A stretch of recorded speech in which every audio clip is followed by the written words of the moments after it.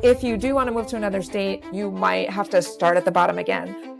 I practiced in 3 different states, and the requirements for each of those states, of course, was different. If it's too heavy of a lift to get qualified as a dental assistant in their new state, they might just leave the profession. We're losing people both like on a micro level in individual offices and in the profession as a whole because there's no kind of understandable roadmap for how to advance. What would be a good model for states to follow if they were looking to participate in creating a more uniform dental assisting workforce? It's not a one-size-fits-all. It's guidelines that states can adopt. I'm hoping that a model such as ours will be adopted to help just break down some of those barriers so that way as the families are moving and they're serving our country, they can go from state to state, continue to work, continue to advance their career.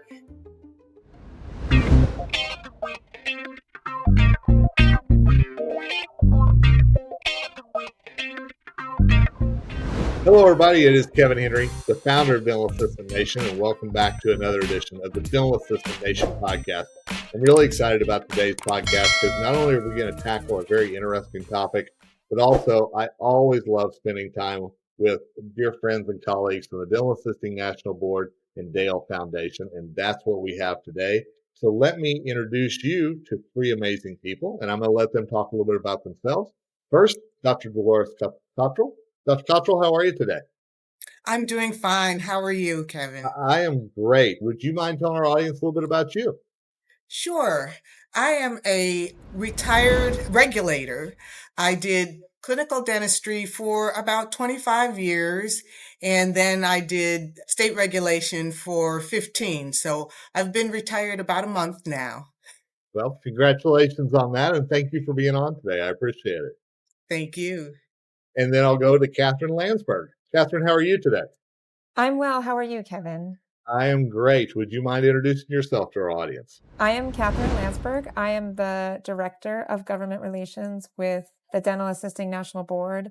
And I have been with DANB for about 20 years, and I've been doing the government relations role for about 12 years. So I have seen the whole history of everything leading up to this point. Well, thank you for all the work that you've done behind the scenes to make so many good things happen for dentistry out there. Thanks, that's kind of you to say. Oh, it's true. Hey. And then I'd also like to introduce Helen Sublette. Helen, how are you today? I'm well, thank you. How are you doing, Kevin? All is well. And would you mind telling our audience a little bit about you? Sure thing. I am a seasoned dental executive with over 15 years of leadership experience in the dental and healthcare industry.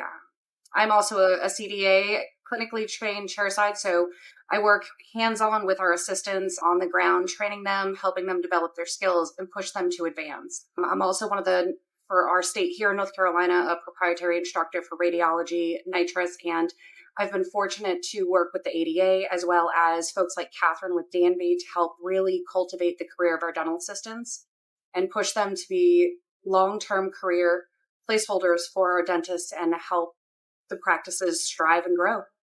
Well, and again, thanks to you, thanks to all of you for what you're doing to help dentistry, dental assistants. It's such a needed time right now with everything going on in our industry that we make sure dental assistants know how valued they are and the possibilities that lie ahead for them. And that's why I'm excited today to talk a little bit about this professional model that is being cultivated out there. So, Catherine, I'd love to ask you, would you tell me a little bit about the model, why it was created, and some of the background behind it as well, please? Yes, thanks, Kevin. So the dental assisting professional model was developed as a response to the situation that there are 50 states and all of those states regulate dental assisting differently. And we started hearing a lot more about, even before COVID, we heard a lot about a dental assisting shortage, but it got worse during and after COVID. And so DANB had convened a stakeholder forum and to brainstorm, about the future of dental assisting and, how to advance dental assistance and how to make dental assisting a career. And one of the things that was consistently mentioned was that the lack of uniformity among the states was really hindering progress in addressing the shortage and in building the dental assisting profession because there's no shared understanding of what dental assisting is, what dental assistants do, what they know, what their skills are, varies from state to state. So in order to create a shared understanding, that was the main focus, is creating a shared understanding of the dental assisting profession. And because the dental assisting profession is shaped by state regulations, it's necessary to kind of look at what the state regulations are and see where some uniformity could be had in that area in order to address this. But I'll also let Dolores and Helen talk about that as well. Please.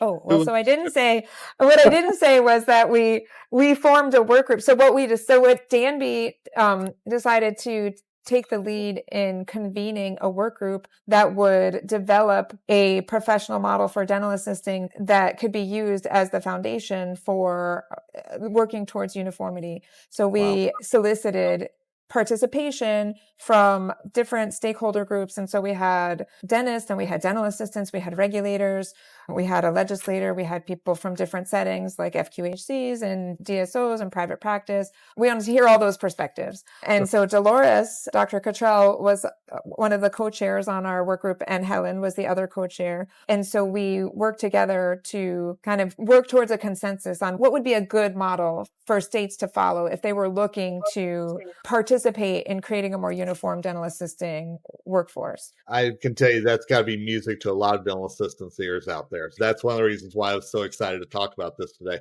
Dr. Cottrell, anything that you'd like to add in there as background? Well, just to piggyback on what Catherine said, there was such a diverse group of people that made up the work group. And so you have, as she said, regulators, dental assistants, dental hygienists, dentists. And we focused on, since everybody was coming from a different perspective and looking for different things, we focused on the commonalities and kind of built upon those commonalities because there were so many different perspectives coming in. And that gave us a great foundation to move forward. Helen, what are your thoughts? Anything to add? Yeah, so just to echo what Catherine and Dr. Cottrell has said, the diversity of the mindset of the group was just massive in just promoting a national consistency that we really need, which is hopefully going to inevitably support, career advancement, improve the quality and efficiency of the training, but more so the access to enter the industry without too many hurdles. And I think we've accomplished that rather well as an entire group. Again, I'm just excited that this is coming together and that there's a framework that's being built and being discussed. So Dr. Cottrell, I must ask, because we know every state has different requirements for dental assistants. There's so many rules and regulations out there for dental assistants. How does this impact individual state requirements? Does it make things more strict, less strict? How do you see that? Well, it all depends on the state, and it's not a one size fits all. It's guidelines that states can adopt if they choose to. Each state regulates differently. Some states, Helen's in North Carolina, their state board makes the laws for their state. Right. I was in New York, and our Board of Regents and our legislatures it's made the laws. So it's different for each state, but this gives guidelines. So states wanting to buy into the uniformity have guidelines of, okay, this is where we can start and this is how we can do it. And so one dental assistant coming from one state, a dentist can expect a certain level of knowledge when they go to another state. So it promotes dental assisting as a career rather than just a job. And as I said, the diversity of the work group really built upon there's states that are very highly regulated, and then there's some states who don't regulate at all. Right. So this gives everybody kind of a fresh starting point, and they can all kind of, if they choose, start from the same level. And Helen, you being so active in North Carolina, we know there's such a difference between North Carolina and South Carolina. And often, yes. Often there's a state, the dental assistants that travel across state lines. What are you most excited about whenever it comes to the state requirement side of things potentially? This is actually an area I'm extremely excited about and passionate about. We're located just off of Camp Lejeune, so we have a lot of folks that are traversing not just, short distance neighboring states, but across the country. Some of our DAs have come to us from training out of Okinawa, and they don't understand that those certificates don't convey based on our state, and it becomes very confusing. In addition to, state legislature that allows for active duty service members to work in all 50 states, but not the spouses. So it creates a very large hurdle. So I'm hoping that a model such as ours will be adopted to help just break down some of those barriers. So that way, as the families are moving and they're serving our country, they can go from state to state, continue to work, continue to advance their career, versus some of them when, you go from one state to the next, what you could do, say, originally I'm from Boston, Massachusetts. I can do certain things there that I absolutely cannot do here in North Carolina. Yeah. For some people, that is an absolute stopping point for them to go, okay, now I have to spend an exorbitant amount of money, be recertified for a state level, and then restart over. That's very difficult. So this is something, I talk to a lot of our military wives about, and I'm constantly encouraging them. Right now, their only way around the barrier is to be DANB certified for the most part. And unfortunately, DANB certification is not accepted in all 50 states. Right. So there's still a small barrier there. It's the vast majority. But if we had a way to circumvent this issue as they move and they're traversing their duty stations, serving our country, they're allowed to continue their careers versus put it on hold or just stop it altogether. My hope is that this does get adopted in most ways and helps guide our states to understand that complexity and that hurdle that we really do have affecting a lot of our active duty members, their families, because I can tell you our practice, we hire more active duty service wives than we do anything being right off of the base. And we really depend on them to have training. Most of them have phenomenal training. They just can't constantly pay out of pocket to meet continual state requirements. It's very difficult, but if there's a will, there's a way. We're going to make it happen. And hopefully this model is going to assist with that process. I really hope so. I hope so as well. Catherine, anything to add? Yes.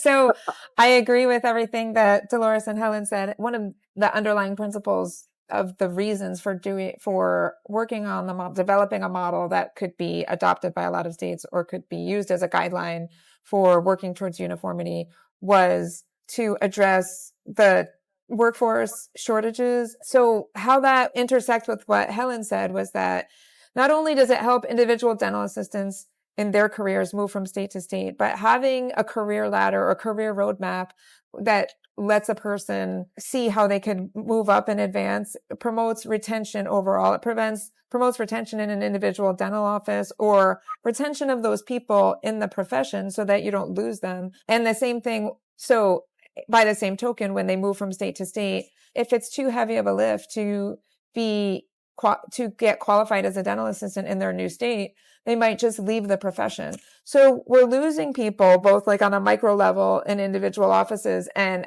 in the profession as a whole because there's no kind of understandable roadmap for how to advance. And then the other part of that is if people know that it's really hard to recruit somebody into a profession when your recruitment story is start at the bottom and stay there. So and if you do want to move to another state, you might have to start at the bottom again.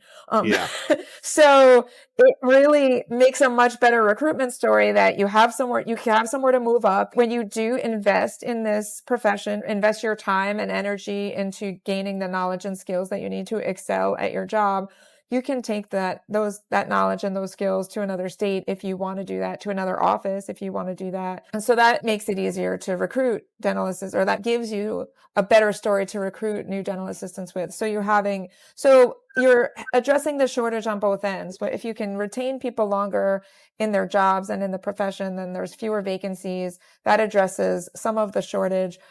And then that also gives you more of a platform to recruit people, and that addresses at the other end of the shortage. So we're really looking at the model as an important part of the solution for recruitment and retention. And that's fantastic because we know how the staffing shortage has been such a big part of dentistry since COVID. And we know it was even ramping up before COVID, but it's good to know that this is addressing that. Helen, anything to add with the staffing shortages and what you see how this could play a role?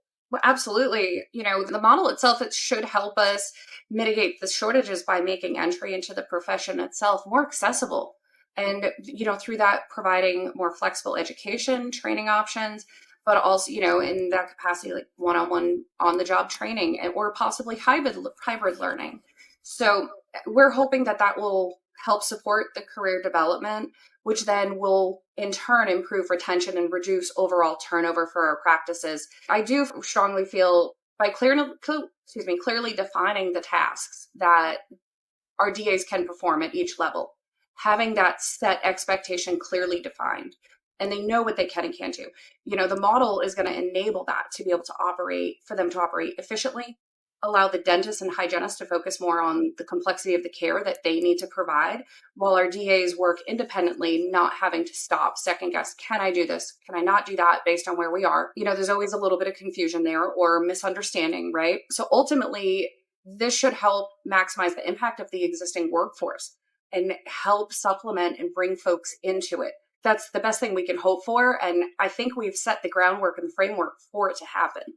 Dr. Cottrell, anything to add? I think they said it all. Again, it's the portability is key. I practiced in 3 different states, and the dental assisting in requirements for each of those states, of course, was different. And what the dental assistant could do was different. And so it not only impacts the dental assistants, it impacts the dentists themselves on, okay, now I've transferred to another state. Oh, but the dental assistant can't do this. Right. So it levels the playing field.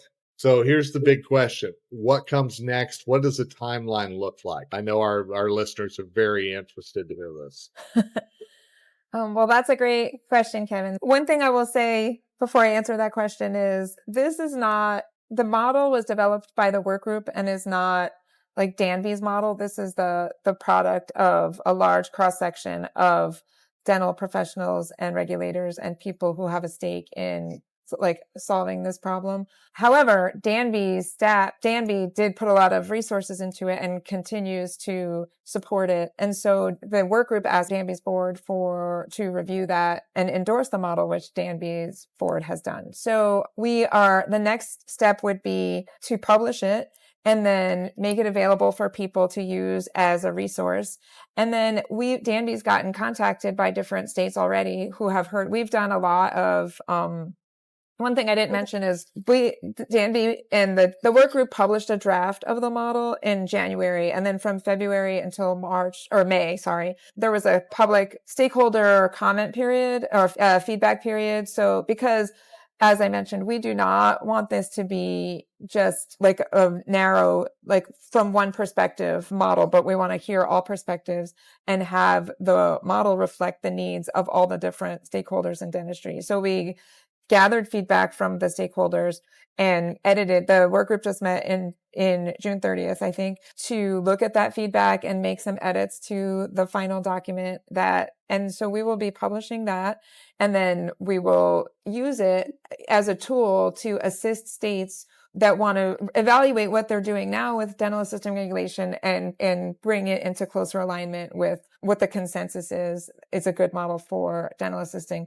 We also think that there's the model can also be used at the practice level. We heard a lot of feedback from dentists saying, well, I can think of a way to use this in my practice to, like right now, I just hire dental assistants and then they stay as long as they stay. But if I can, on my own, make these levels in my office, like to the extent that whatever the functions are allowed by the state law and to the extent that they match. So there's some adaptation that needs to happen, but they can use it as a guideline for how to set up levels in their own practice and use that as a way to create incentives for dental assistants to stay, to promote retention. And we also think that will be really appealing to DSOs because they have practices in multiple states. So we have had communications with several DSOs also where they are interested in seeing how they can use the model at the practice level to create a structure for the dental assisting profession. So what's next is in different areas for people to start using it. And then it will become like over time become, everyone will kind of start to understand that this is a really good model, and more states or practices will begin to use it as the de facto, like this is what dental assisting is. Awesome. And the last question I have for you, and this is a pretty easy one, I hope. I know some dental assistants are going to want to keep track of this, learn more. Is that through the DANB website, or how is the best way to kind of keep up to date with what's going on? DANB will be communicating about the model as developments happen. So yeah, you can watch DANB's website, or we will send out press releases when there's news about the model, or they can contact me or our communications department. But if people want to contact me for updates, they can send an email to gr@danb.org, and then we will take it from there. Yeah, absolutely. So if dental assistants, if you've heard me talk at CDA, Greater New York, Chicago Midwinter, you know I always push the danb.org site, dentalassistingnationalboard.org, DANB.org. Such a great resource for so many things. And we're going to make sure to have that in the show notes, as well as that email that was just mentioned. And we're going to make sure that we try to keep you up to date. And here's another little thing. Since I'm the editor-in-chief at drbicuspid.com, we're absolutely going to be keeping up with that at Dr. Bicuspid as well. So we will definitely be communicating with Dr. Bicuspid whenever there are updates. That's what we like to hear. Hey, now I appreciate this. I'm so excited to hear the work that's being done. And I know a lot of dental assistants will be very eager to hear this as well. So thanks to the three of you for your time today. I appreciate it. Thank you for the platform, Kevin. Absolutely. Thank you. Yeah, thank you so much for having us on. Oh, yeah. We really enjoyed talking about the model. Well, I enjoyed hearing about it. I know our listeners did as well. And certainly, yes, we're going to have a lot of information in the show notes to make sure you can keep track of things as they develop. Again, this is going to be a process, but we're very excited to see that things are being done to help dental assistants not only have a better career, but also longer careers as well. That's fantastic news. So until next time, it is Kevin Henry, the editor-in-chief for Dr. Bicuspid and the founder of Dental Assistant Nation. This has been another episode of the Dental Assistant Nation podcast. Thank you for listening, and until next time, wishing you nothing but success ahead.